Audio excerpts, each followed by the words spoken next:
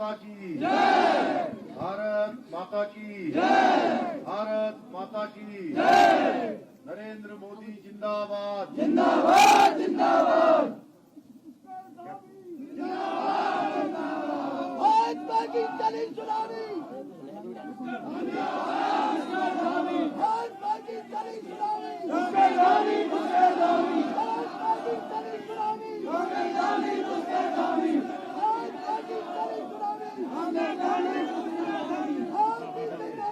जिंदाबाद, जिंदाबाद। अब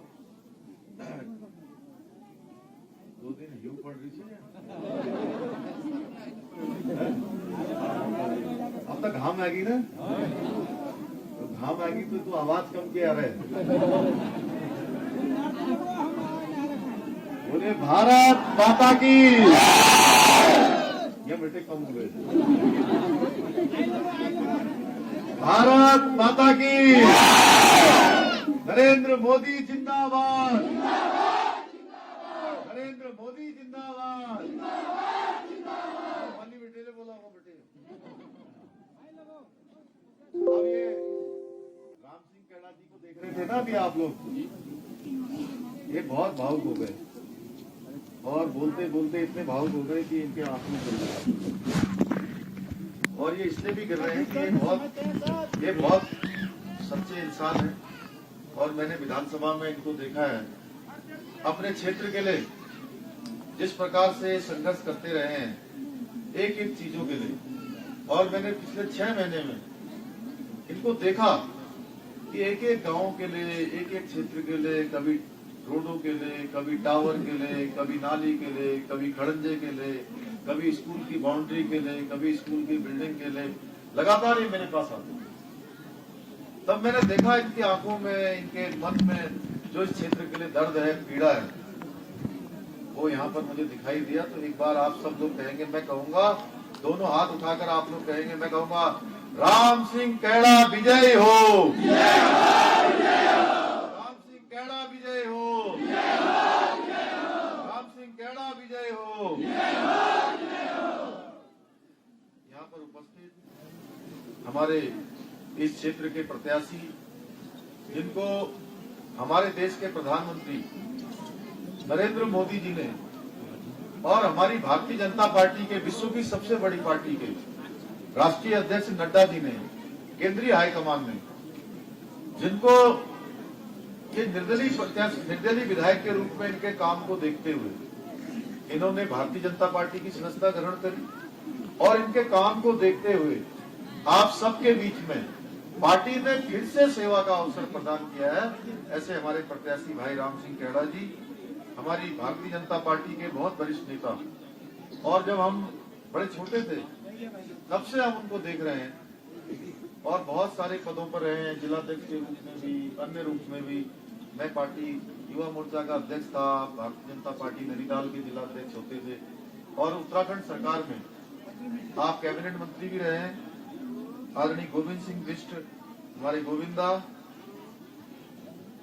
दुग्ध संघ के अध्यक्ष हमारे तेज तर्रार युवा नेता भाई मुकेश बोरा जी, धारी की ब्लॉक प्रमुख बहन आशा रानी जी, मंडल अध्यक्ष शिवदत्त सुयाल जी, हमारी वरिष्ठ नेता नेत्री दीपा नयाल जी, कार्यक्रम संयोजक भाई सुरेंद्र नदगली जी, खीमा शर्मा जी, हमारे वरिष्ठ नेता नितिन राणा जी, कृपाल मेहरा जी, पुष्कर मेहरा जी, देवेंद्र ढेला जी, मंडल अध्यक्ष भाई कुंदन चिलवाल जी, उत्तम नयाल जी, बहादुर सिंह नदगली जी एवं मंच पर विराजमान हमारे सभी वरिष्ठ पदाधिकारीगण, सभी नेतागण और इस कार्यक्रम में आए हुए मेरे सभी बड़े बुजुर्ग, सभी उपस्थित माताएं, बहनें, मेरे नौजवान साथियों, और मैं देख रहा हूं कि दूर दूर तक जो बैठे हैं, ऊपर टाणा कानन में जहां भी बैठे हैं, सभी मेरे भाइयों, मैं सबसे पहले तो आप सबका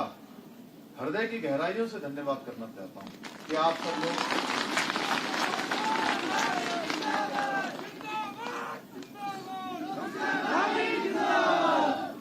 सब लोग इतनी बड़ी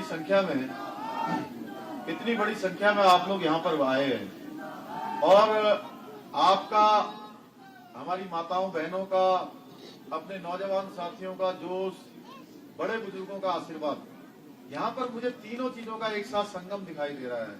और ये संगम देखने के बाद मेरे मन में अब कोई संशय नहीं है।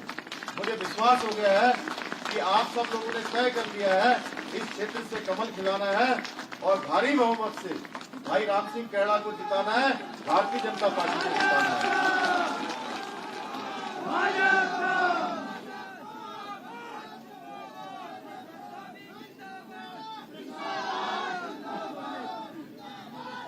हमारे इस क्षेत्र के ऐतिहासिक मंदिर देवगुरु महाराज को मैं प्रणाम करता हूँ।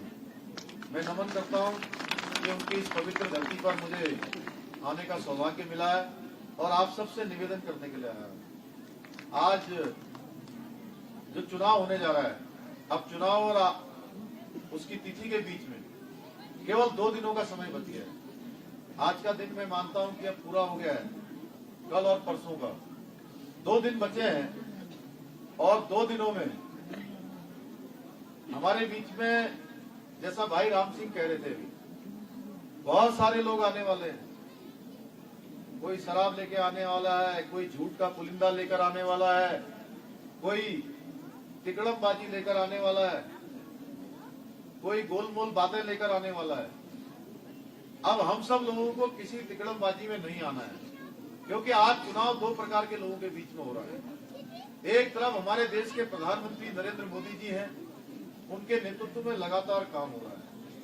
चाहे आज हमारे मंदिरों का निर्माण हो, भगवान राम की जन्मभूमि में अयोध्या में ऐतिहासिक राम मंदिर बनने का जो मार्ग प्रशस्त हुआ है, आज राम मंदिर बनने की प्रक्रिया हुई है। केदारनाथ का पुनर्निर्माण हो, बद्रीनाथ का पुनर्निर्माण हो, हमारे उत्तराखंड के जितने भी कुमाऊं क्षेत्र के मंदिर हैं, उन सभी मंदिरों का मानस खंड कॉरिडोर बनाकर उन सभी को विकसित करने की योजना हो। चाहे सड़कों का निर्माण हो, ऑल वेदर सड़कें बन रही हैं। आज पूरे एक छोर से दूसरे छोर को जोड़ने वाली भारतमाला श्रृंखला में सड़कें बन रही हैं। आज हवाई सेवाओं का विस्तार हो रहा है, रेल सेवा का विस्तार हो रहा है, स्वास्थ्य सेवा का विस्तार हो रहा है। उत्तराखंड के अंदर हमारे यही रुद्रपुर के पास आप सब लोग जिस एम्स के लिए दिल्ली जाते थे, और दिल्ली जाने पर भी जिसके लिए आपको जगह नहीं मिलती थी, वहाँ इलाज हो पाएगा कि नहीं हो पाएगा इस बात का कोई सुनिश्चितता नहीं होती थी। कुछ पक्का नहीं होता था कि आपको इलाज मिलेगा कि नहीं मिलेगा। आने वाले समय में हमको ये इलाज दिल्ली न जाकर यहीं पर रुद्रपुर में मिलने वाला है। भाइयों बहनों, कोरोना का समय हमने देखा। ये कोरोना की महामारी अगर इस समय में कोई और देश का प्रधानमंत्री होता तो इसकी जो वैक्सीन बनाई गई, वो वैक्सीन बनाने में 15-20 साल लग जाते। हामी जी संघर्ष करो, 15-20 साल लग जाते। और मोदी जी ने ये वैक्सीन हमारे लिए, देश के वैज्ञानिकों ने ये वैक्सीन हमारे लिए, पूरे देश की जनता के लिए, उनके जीवन को बचाने के लिए ये 6 महीने के अंदर वैक्सीन बना दी। और भाइयों बहनों, इधर मोदी जी ने वैक्सीन बनाई, उधर कुछ लोगों ने वैक्सीन के खिलाफ ही माहौल बना दिया। वो कौन से नेता थे, किस पार्टी के नेता थे वो, जो कह रहे थे कि वैक्सीन मत लगाना। गांव-गांव, घर-घर जाकर लोगों को भड़काने का काम कर रहे थे। कह रहे थे कि वैक्सीन लगाओगे तो बीमार पड़ जाओगे, वैक्सीन लगाओगे, क्या कह रहे थे बताओ जोर से, मर जाओगे। और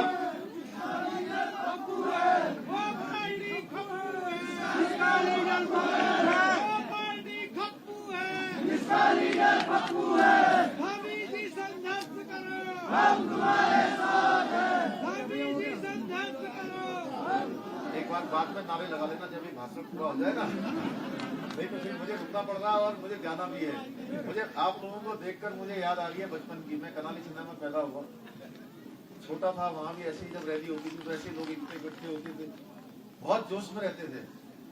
तो वो मुझे बचपन के दिन याद आ रहे हैं अपने। तो मैं कह रहा था कि मोदी जी ने वैक्सीन बनाई, इन्होंने किसी को वैक्सीन नहीं लगाई। और जो वैक्सीन नहीं लगा पाए, बहुत लोग वैक्सीन नहीं लगा पाए और वैक्सीन न लगाने के कारण से उनकी जान चली गई।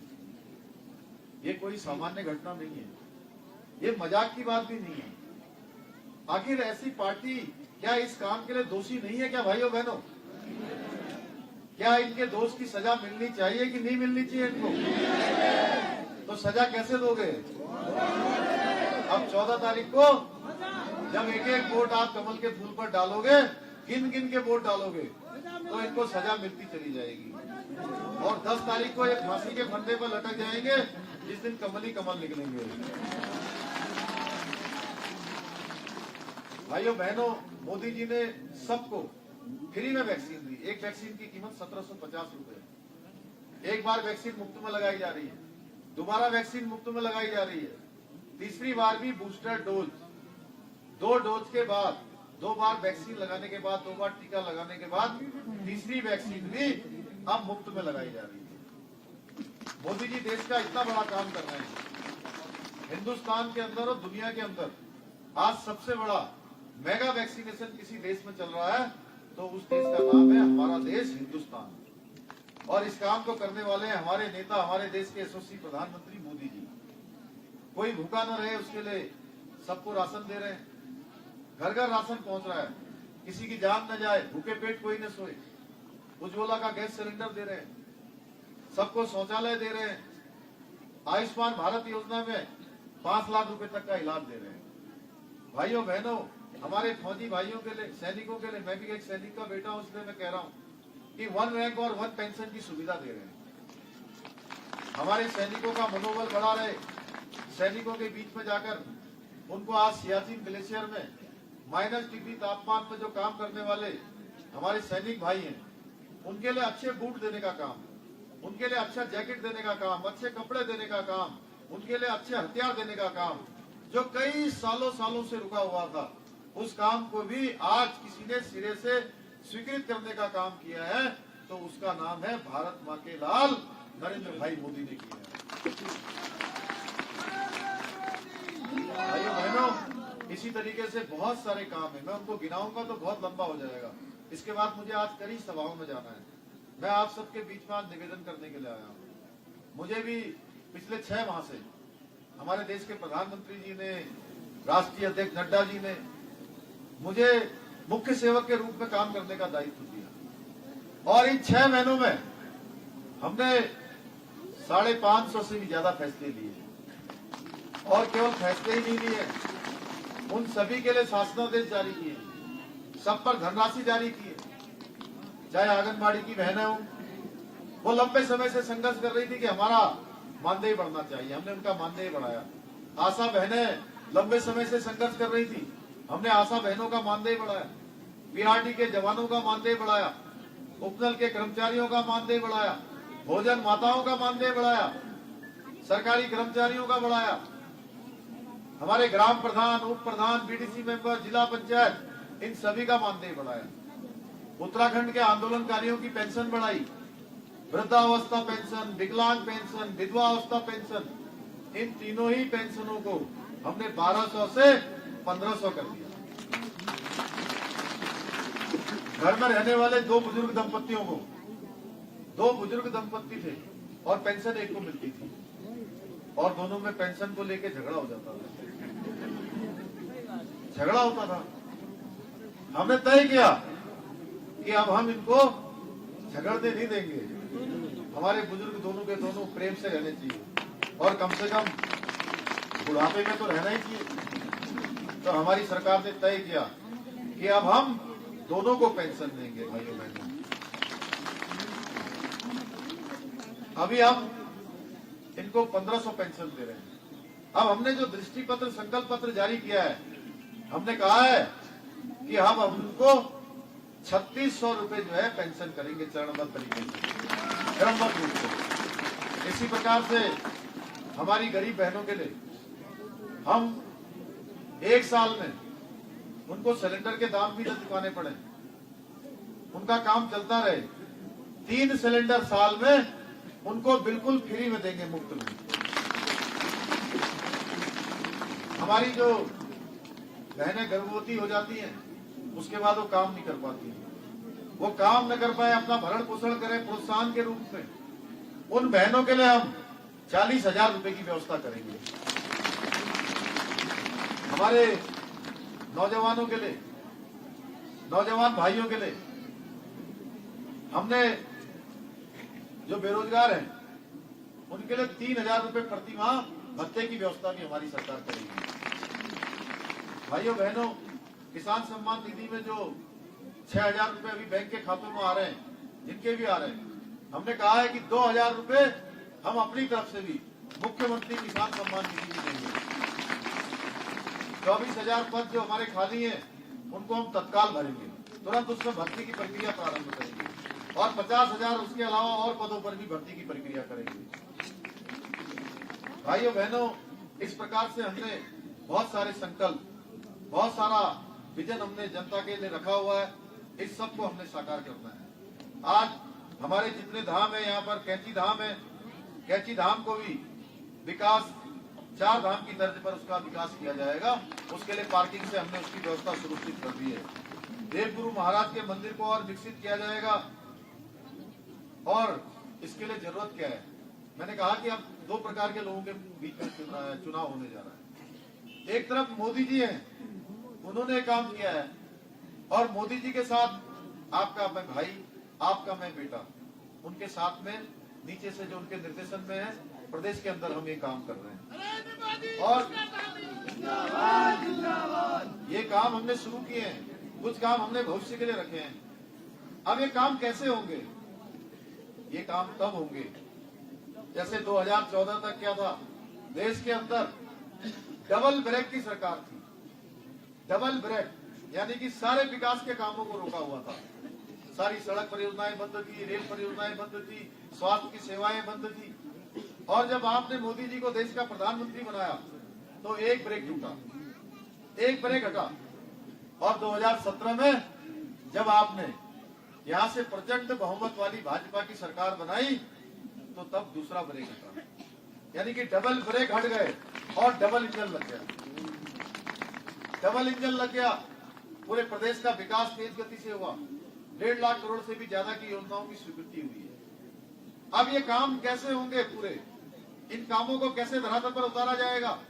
आज मोदी जी ने अभी अल्मोड़ा में कहा है, उन्होंने कहा है मैं उत्तराखंड के लिए जो काम करना चाहता हूँ, उत्तराखंड के साथ जो मेरा लगाव है, मेरा कर्म और मर्म का रिश्ता है, ये काम मेरे तभी होंगे जब उत्तराखंड में आप भाजपा की सरकार बनाओगे, आप डबल इंजन लगाओगे। और मैं जो यहाँ कैंची धाम की बात कर रहा हूँ, देवगुरु महाराज की बात कर रहा हूँ कि हमें यहाँ काम करना है, हमारे इस ओखलकांटा क्षेत्र में, इस नाई क्षेत्र में, इस हमारे पूरे विधानसभा भीमताल क्षेत्र में जो काम करने हैं वो काम कैसे कर पाएंगे? ये काम हम तब कर पाएंगे भाइयों बहनों जब 2 इंजन के साथ, जो इंजन के साथ एक छोटा इंजन है, इस क्षेत्र से भी तीसरा इंजन आप लोग भेजोगे हमारे राम सिंह भाई को यहाँ से जिता कर। आपका एक एक वोट, आपका एक एक वोट, आपका एक एक वोट देश के प्रधानमंत्री नरेंद्र मोदी जी को पड़ने वाला है, सीधे उनको ताकत देने वाला है जो उत्तराखंड राज्य के लिए सोच रहे हैं। आपका एक एक वोट आपके इस पुष्कर सिंह धामी को मजबूती प्रदान करने वाला है। मैं आप सबके बीच में निवेदन करने के लिए आया हूं और मुझे पूरा विश्वास है आप सब लोगों का ये उत्साह देखकर, आप सब लोगों का ये जोश देखकर, आप सबका ये जुनून देखकर मुझे कोई संशय नहीं है कि आपका एक एक वोट कमल के फूल पर ही पड़ने वाला है। और आप लोग अपना वोट तो डालेंगे ही डालेंगे, अपने जानने वालों का, पहचानने वालों का, नातेदारों का, रिश्तेदारों का, पट्टीदारों का, सबका वोट सवेरे प्रातः काल से, क्योंकि लोकतंत्र का ये महायज्ञ है। और इस महायज्ञ में जब हम कोई अच्छा काम करने के लिए जाते हैं, पूजा करते हैं, पाठ करते हैं, रामायण करते हैं, भागवत करते हैं, कन्यादान करते हैं, तो हम क्या करते हैं? उस दिन व्रत रहते हैं। उस दिन पूरे दिन व्रत नहीं रह रहा है आपको। मैं आपसे निवेदन करने आया हूँ, उतनी देर तक संकल्प लेकर उस दिन व्रत करने जाइए, व्रत करके जाइए जब तक आप कमल का बटन न दबा दीजिए। और कमल का बटन दबाने के बाद, मतदान करने के बाद आकर आप जलपान करिए। और सवेरे से लेकर शाम तक, सवेरे से लेकर शाम तक खुद तो बटन दबाइए, औरों से भी बार बार बटन दबवाइए, और इतना बटन दबाइए, इतना बटन दबाइए कि शाम होते होते ये कमल वाला बटन ही अंदर चला जाए। और जब 10 तारीख को रिजल्ट निकले, जब 10 तारीख को रिजल्ट निकले, ये सब काम कैसे होंगे? मोदी जी भी ये काम तभी कर पाएंगे, मैं भी ये काम तभी कर पाऊंगा, ये भी तभी काम कर पाएंगे जब लक्ष्मी जी आएंगी। और लक्ष्मी जी न झाड़ू में आती हैं, न साइकिल में आती हैं, न हाथी में आती हैं, और हाथ के पंजे में तो बिल्कुल नहीं आती हैं। लक्ष्मी जी किसमें आती हैं? तो लक्ष्मी जी को लाना है तो उससे पहले कमल के फूल को लाना होगा। आप सब लोग कमल के फूल को लाएंगे ना? जरा हाथ उठा के बताइए एक बार बोलना। चलिए, आप सब लोग कमल के फूल को लाएंगे और कमल के फूल में लक्ष्मी जी आएंगी, और लक्ष्मी जी आएंगी तो हमारे सारे काम होंगे। मुझे पूरा विश्वास है, पूरा भरोसा है कि इस क्षेत्र का जब, इस पूरे क्षेत्र का विधानसभा के जब ये डब्बे खुलेंगे, ईवीएम खुलेंगे, उसमें से कमल की लड़ियां ही लड़ियां निकलेंगी, कमल की झड़ियां ही झड़ियां निकलेंगी, और दीपावली का त्योहार हो जाएगा। लक्ष्मी जी हमारे बीच में आ जाएंगी। मैं यही निवेदन करने के लिए आप सबके बीच में आया हूँ। आप सभी का अपने हृदय की गहराइयों से पुनः धन्यवाद करते हुए अपनी वाणी को विराम देता हूँ। बहुत बहुत धन्यवाद। जय हिंद, जय भारत, जय उत्तराखंड। बोले भारत माता की, भारत माता की, भारत माता की। बहुत बहुत धन्यवाद। बहुत बहुत धन्यवाद माननीय। उत्तराखंड से जुड़ी ऐसे ही रोचक वीडियो और खबरें सबसे पहले पाने के लिए आज ही सब्सक्राइब करें हमारा YouTube चैनल और बेल आइकन को जरूर प्रेस करें। वीडियो को लाइक करें और शेयर करना ना भूलें।